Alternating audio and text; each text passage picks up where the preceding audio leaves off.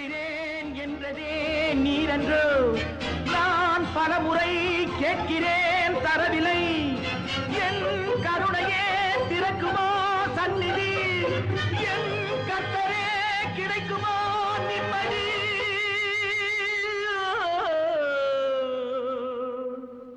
Oh Lord, please answer my prayers.